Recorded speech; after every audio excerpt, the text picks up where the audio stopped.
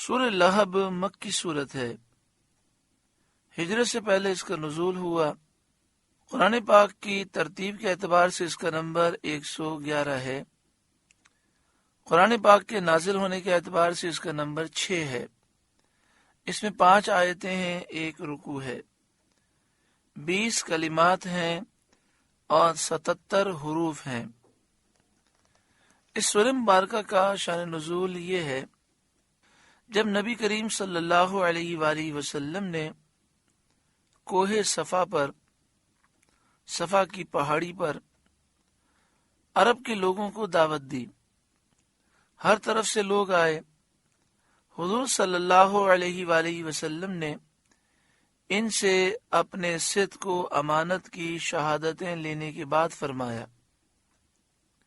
انی لکم نذیر بین یدی عذاب شدید۔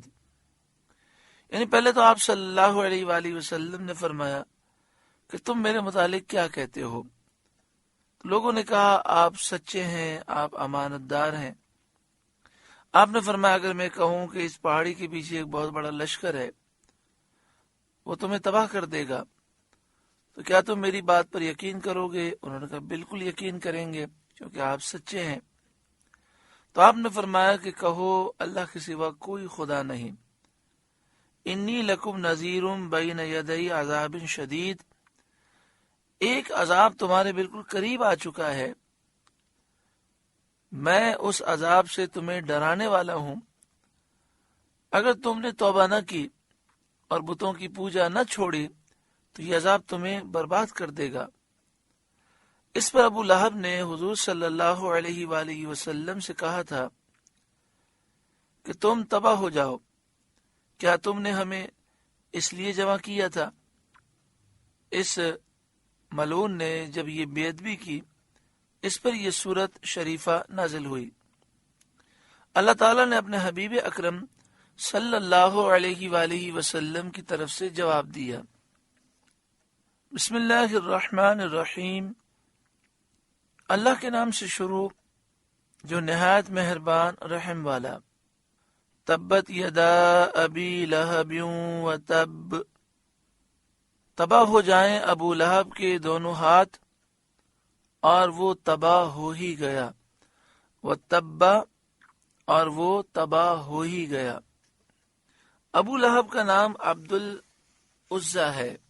یہ عبد المطلب کا بیٹا اور سید عالم صلی اللہ علیہ وآلہ وسلم کا چچا تھا۔ بہت گورا خوبصورت آدمی تھا، اسی لیے اس کی کنیت ابو لہب ہے۔ ابو لہب کے معنی ہوتے ہیں شعلے والا۔ چونکہ اس کا چہرہ بہت چمکتا تھا، خوبصورت تھا، گورا تھا، اس لیے اس کو ابو لہب کہتے تھے، اور اسی کنیت سے وہ مشہور تھا۔ یہاں دونوں ہاتھوں سے مراد اس کی ذات ہے۔ تبت یدا ابی لہب وتب، تباہ ہو جائیں ابو لہب کے دونوں ہاتھ اور وہ تباہ ہو ہی گیا، یعنی ابو لہب کی ذات تباہ ہو جائے، برباد ہو جائے، اور وہ برباد ہو گیا۔ ما اغنا عنہ مالہ وما کسب، اسے کچھ کام نہ آیا اس کا مال اور نہ جو اس نے کمایا۔ اسے کچھ کام نہ آیا اس کا مال اور نہ جو اس نے کمایا، یعنی اس کی اولاد اسے کام نہ آئی۔ مروی ہے کہ ابو لہب نے جب پہلی آیت سنی تو کہنے لگا کہ جو کچھ میرے بھتیجے کہتے ہیں اگر سچ ہے تو میں اپنی جان کے لیے اپنے مال اور اولاد کو فدیہ کر دوں گا۔ اس آیت میں اس کا رد فرمایا گیا کہ یہ خیال غلط ہے، اس وقت کوئی چیز کام آنے والی نہیں۔ سیصلی نارا ذات لہب، ان قریب دھستا ہے لپٹ مارتی آگ میں وہ، یعنی ان قریب یہ بدبخت اس آگ میں دھسے گا جو شعلے مارنے والی ہے۔ اب دیکھیں ابو لہب نے نبی اکرم صلی اللہ علیہ وسلم کی گستاخی کی تو اللہ تعالیٰ نے کیسا سخت جواب دیا۔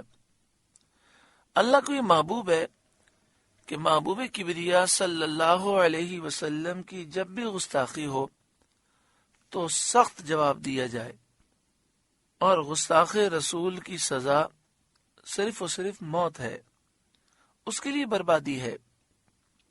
وامرأتہ، اور اس کی بیوی ام جمیل بنت حرب بن امیہ، ابو سفیان کی بہن، جو رسول کریم صلی اللہ علیہ وآلہ وسلم سے نہایت عناد اور عداوت رکھتی تھی۔ حضرت ابو سفیان بعد میں ایمان لے آئے، اور نبی اکرم صلی اللہ علیہ وآلہ وسلم نے ان کے ایمان کی تصدیق فرمائی۔ یہ ابو سفیان کی بہن حضور سے بہت دشمنی رکھتی تھی، باوجود اس کے کہ یہ بہت دولت مند اور بڑے گھرانے کی تھی، لیکن سید عالم صلی اللہ علیہ وآلہ وسلم کی دشمنی میں انتہا کو پہنچی تھی کہ خود اپنے سر پر کانٹوں کا گٹھا لا کر رسول کریم صلی اللہ علیہ وآلہ وسلم کے راستے میں ڈالتی، تاکہ حضور صلی اللہ علیہ وآلہ وسلم کو اور آپ صلی اللہ علیہ وآلہ وسلم کے اصحاب کو ایذا ہو، تکلیف ہو۔ اسے نبی اکرم صلی اللہ علیہ وآلہ وسلم کو تکلیف دینے کی اتنی حرص تھی، وہ اس کام میں کسی دوسرے سے مدد لینا بھی گوارا نہ کرتی تھی۔ وامرأتہ، اور اس کی بیوی حمالۃ الحطب، لکڑیوں کا گٹھا سر پر اٹھاتی ہے۔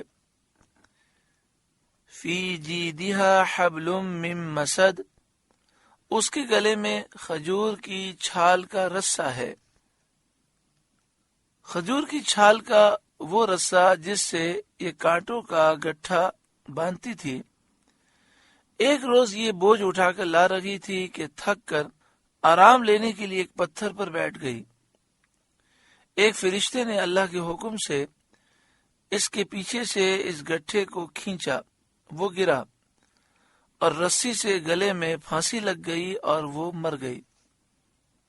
سورہ لہب میں یہ درس موجود ہے کہ گستاخ رسول کی سزا موت ہے۔ اسلامی حکومت کا یہی قاعدہ ہونا چاہیے، یہی قانون ہونا چاہیے کہ گستاخ رسول کہیں بھی ہو اسے گرفتار کیا جائے اور اسے قتل کیا جائے۔ بزرگان دین کے ایسے کئی واقعات موجود ہیں کہ اگر کسی کافر حکومت میں، کافر ملک میں بھی گستاخی ہوئی تو وہ انتقام لیتے اور اس گستاخ کا سر تن سے جدا کرتے۔ پاکستان میں بھی 295C یہی قانون ہے۔ آج اس قانون کو بدلنے کی پوری کوشش کی جا رہی ہے۔ دعا کریں اللہ تعالیٰ امت کو بیداری نصیب فرمائے اور اس قانون کے تحفظ کے لیے، تحفظ ناموس رسالت کے لیے ہمیں متحد ہونے کی اللہ تعالیٰ توفیق عطا فرمائے۔ استاد محترم امیر المجاہدین حضرت علامہ خادم حسین رضوی دامت برکاتہم العالیہ اسی مشن کو لے کر چلے اور انہوں نے تحریک لبیک یا رسول اللہ کو قائم کیا۔ اس تحریک کا مشن یہ ہے کہ حضور کی ناموس پر اپنا سب کچھ ہم قربان کریں۔ غازی ملت ملک ممتاز حسین قادری شہید علیہ رحمہ نے بھی حضور کی ناموس کے تحفظ کے لیے اپنا سب کچھ قربان کیا۔ اللہ نے انہیں بہت بلند و بالا مقام عطا کیا۔ آج ان کی عقیدت مسلمانوں کے دلوں میں ہے۔ غازی تنویر قادری جنہوں نے انگلینڈ میں ناموس رسالت کے تحفظ میں اپنا سب کچھ قربان کیا، اس طرح کے کئی غازیان موجود ہیں، اور یہ دشمنان اسلام کو یہ پیغام دے رہے ہیں کہ ہم نبی اکرم صلی اللہ علیہ وآلہ وسلم کی گستاخی برداشت نہیں کر سکتے۔ اللہ تبارک و تعالی اہل حق کو بیداری، اتحاد و غلبہ نصیب فرمائے۔ سورہ لہب کا درس مکمل ہوا۔ اللہ تعالیٰ اس سورہ مبارکہ کے نور سے ہمارے قلوب کو روشن منور فرمائے۔